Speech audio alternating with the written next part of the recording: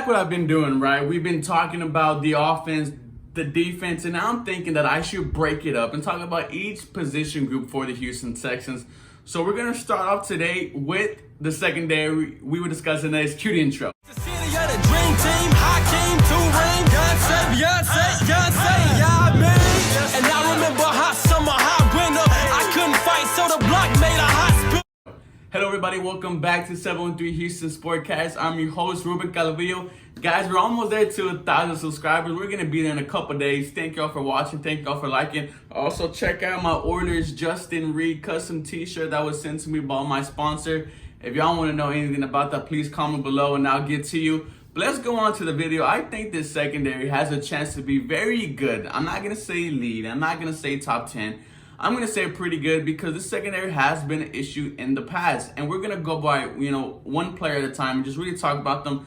Now, let's start off with probably the best player in our secondary. The guys whose shirt I'm wearing, safety, Justin Reed. Justin Reed is slowly becoming one of the best safeties in the NFL. Had a very high grade of a 73. Also, 2 interceptions on the season. Even took it back for a pick 6. I believe, if not, it was a flag.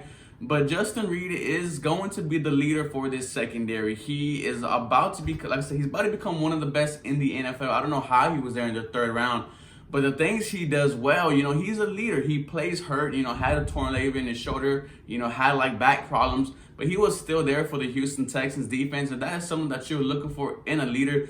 Justin Reed, I feel like is going to take a big step forward for this defense and solidify, maybe make a Pro Bowl, but be an absolute leader for this Houston Texans defense. And, his partner in crime, Eric Murray, is somebody who we do not know yet. The only thing we do know is that Bill O'Brien, Jack Easterby, all those guys are very high on Eric Murray. They gave him a pretty big contract.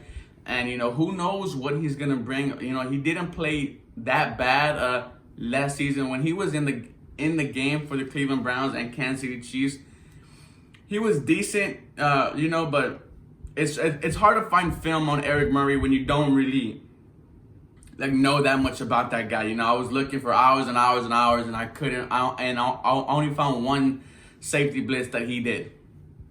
Moving on to our cornerback, let's talk about the guy who we just played, Bradley Roby. Bradley Roby is he's an interesting player because when he's healthy, he is a very good corner.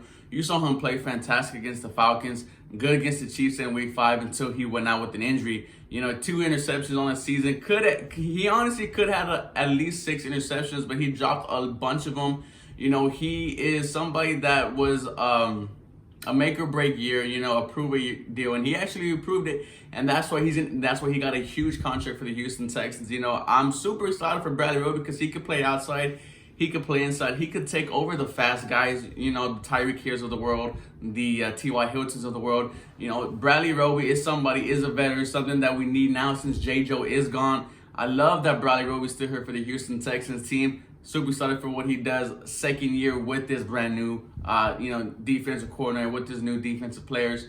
And then moving on to somebody who might be starting, on the opposite side of the field, Gareon Conley, who was traded from the Las Vegas Raiders. He really surprised us because his whole season he had 13 pass breakups, which was tied for Jonathan Joseph for number 1 on the Houston Texans team. And he was really surprising. He shut down T.Y. Hilton. He was shutting down, very good wide receivers. And, it was very hard to pick on Gareon Conley. He was targeted 68 times and only allowed 38 of them. I know that sounds a lot, but a lot of the first catches were allowed when he was with the Raiders. On the Houston Texans defense, he was basically a very good shutdown corner.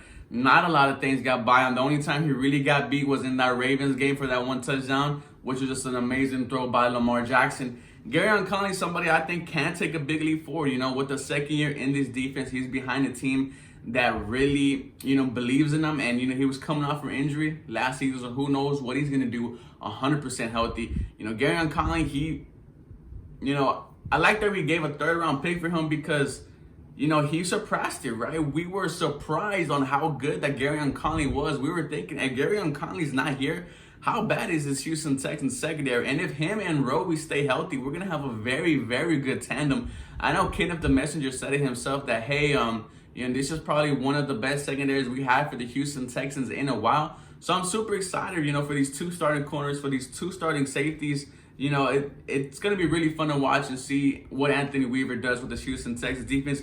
Now, moving on with our corners, we have Vernon Hargreaves, who we picked up last season when he was cut by the Tampa Bay Buccaneers. I personally have never been high on Vernon, but the one thing that is, promising is that he did play much better when he was here with the Houston Texans. He made a bunch of big plays, in his first game against the Colts, and then he made some against the Chiefs in the playoff game. Vernon Hargreaves has a chance, to really prove himself and be our slot corner, somebody who can just take over the middle. This is his one opportunity. We released him because he was going to get $10 million, and then we brought him back for much cheaper. And I like the fact that he's here, because we are keeping this core secondary together. And I like that, and let's keep it on with somebody who a lot of people are thinking is going to have a breakout season, and that is Lonnie Johnson. Lonnie Johnson did not have a good rookie year. I'm going to say it, I'm going to be the one to say it because it's just facts. He, in the playoff game, he was absolutely abused by Lonnie Johnson. There wasn't really much to highlight besides his touchdown that he got from the block punt.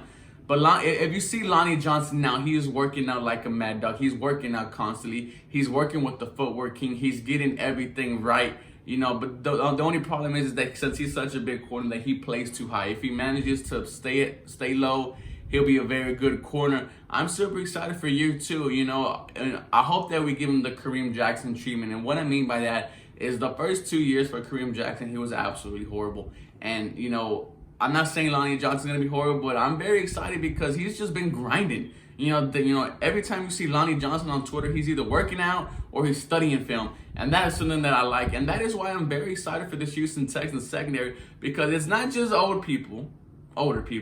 It's young guys as well. You got rookies who can contribute. You got, veterans who can contribute. And I'm super, super excited for the secondary. If this defensive line can manage, to put pressure on the QB, these cornerbacks, these safeties are going to absolutely feast. I hope they sign somebody else for the safety position like a Tony Jefferson or Eric Reed. Who knows? But the one thing I know is that I'm super excited for this Houston Texans secondary. But let me know what you guys think, guys. Are you excited for this secondary, and what is the ceiling for them? As always, guys, go Texans. And as always, y'all have a blessed day.